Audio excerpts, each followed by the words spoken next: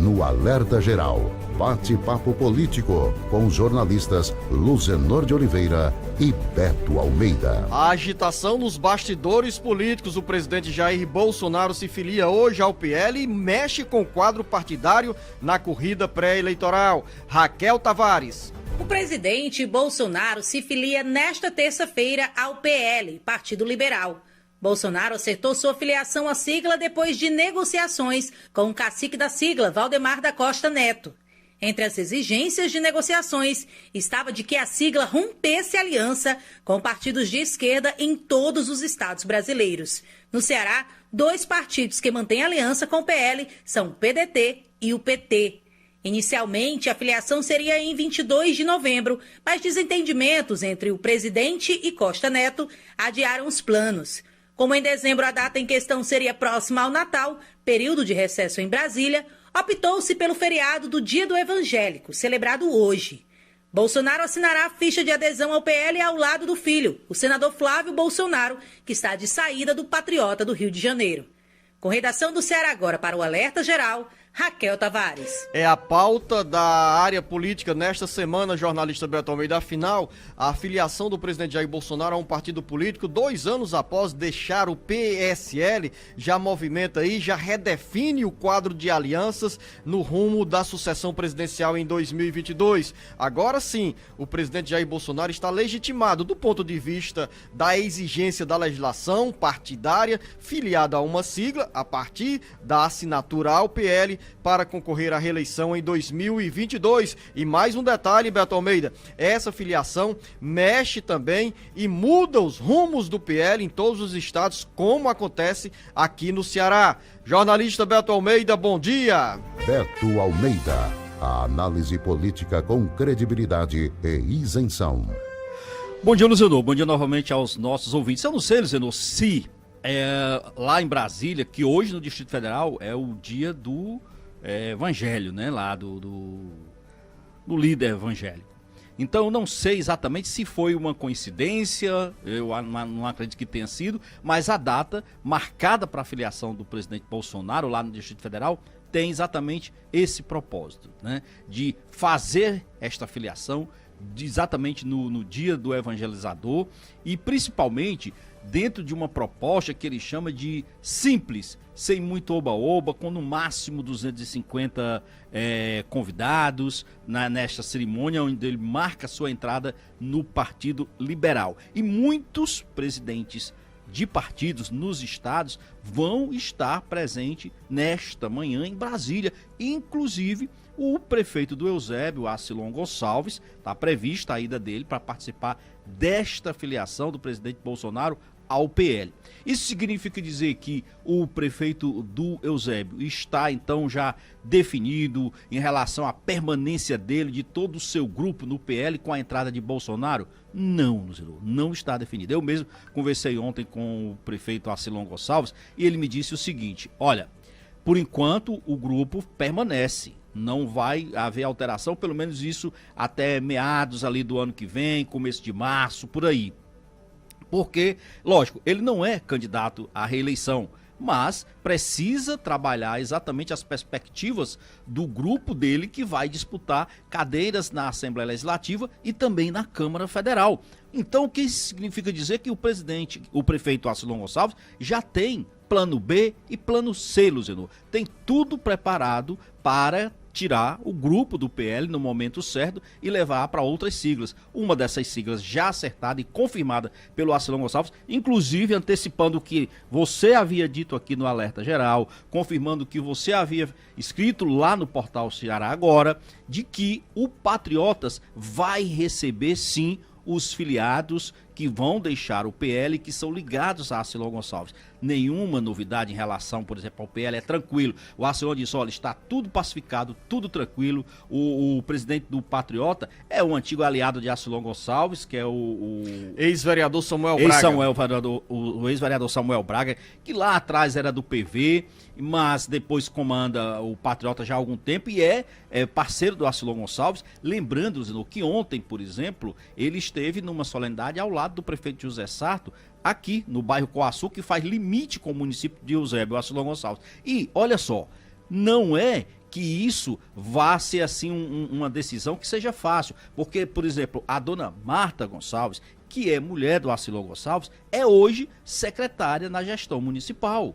Então ela é secretária de política e pré-candidata a deputada estadual. Pré-candidata a deputada estadual. No PL, Beto, são duas correntes. Uma liderada pelo prefeito Arcilon Gonçalves, que tem prefeitos, outros integrantes do grupo na região metropolitana de Fortaleza, dirigindo as cidades de Aquiraz, Itaitinga, Beberibe, Cascavel, Pindoretama, além de aliados em cidades do interior do Ceará.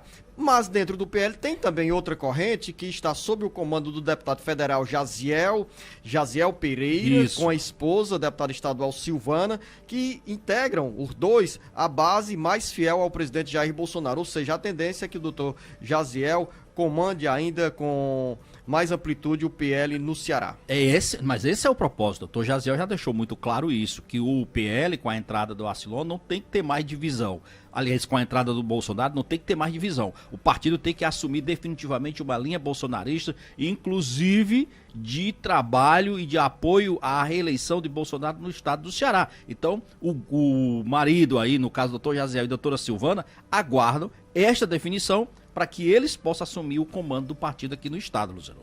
Saindo da sucessão presidencial, jornalista Beto Almeida, para falar sobre orçamento secreto. Quem chega com as informações é o Carlos Alberto, agora.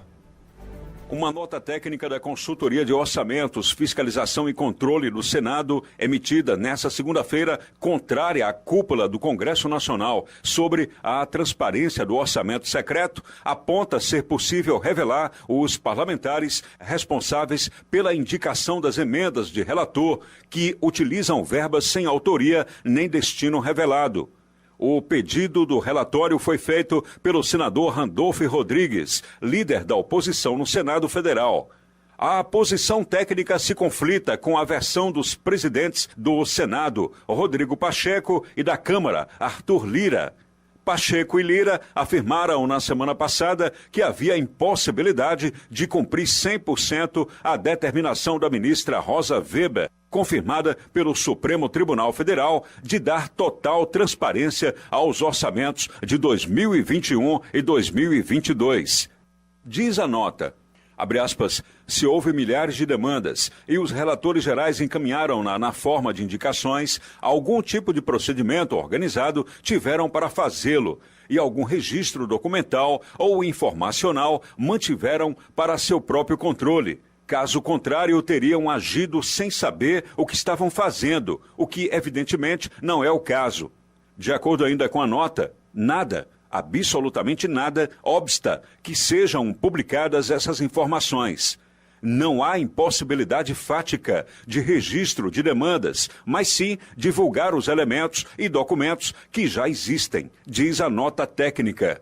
Com informações dos bastidores políticos, para o jornal Alerta Geral, Carlos Alberto. As declarações dos presidentes da Câmara e do Senado, como relata o Carlos Alberto, jornalista Beto Almeida, se transformaram em realidade sobre essa falta de transparência, porque nessa segunda-feira, sob a liderança de Rodrigo Pacheco no Senado e de Arthur Lira na Câmara Federal, o Congresso Nacional aprovou um projeto de resolução que ignora a decisão do Supremo Tribunal Federal e mantém sob absoluto sigilo as emendas parlamentares liberadas no orçamento secreto em 2020 e 2021. E nesse projeto está aprovada uma suposta transparência para 2022, quando estarão em jogo pelo menos 16 bilhões e 200 milhões de reais de emendas parlamentares ao orçamento secreto. Os senadores Eduardo Girão e Cid Gomes criticaram a decisão do Congresso Nacional em avançar com esse projeto de resolução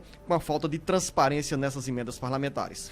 A questão aí toda, Luciano, é que o senador Marcelo Castro, que é do MDB do Piauí, que é o relator desse projeto de resolução no Congresso, diz que o seguinte, que só vai dar para fazer a publicidade dos atos do chamado orçamento, das emendas do relator, a partir do orçamento de 2022, ou seja, do ano que vem. Daí em diante vai ter publicidade, mas para o que ficou até agora, não. E tá aí a nota técnica do próprio Senado Federal desmentindo, desautorizando declarações dadas pelo presidente da Casa, pelo presidente da Câmara dos Deputados, dada pelo relator e conflitando, inclusive, Luzenor, com o posicionamento que muitos têm assumido para inviabilizar a divulgação do tal orçamento secreto. Agora, qual é a dificuldade que se tem dentro de uma casa como a do Senado e também da Câmara, Luzenor, em se divulgar o nome dos parlamentares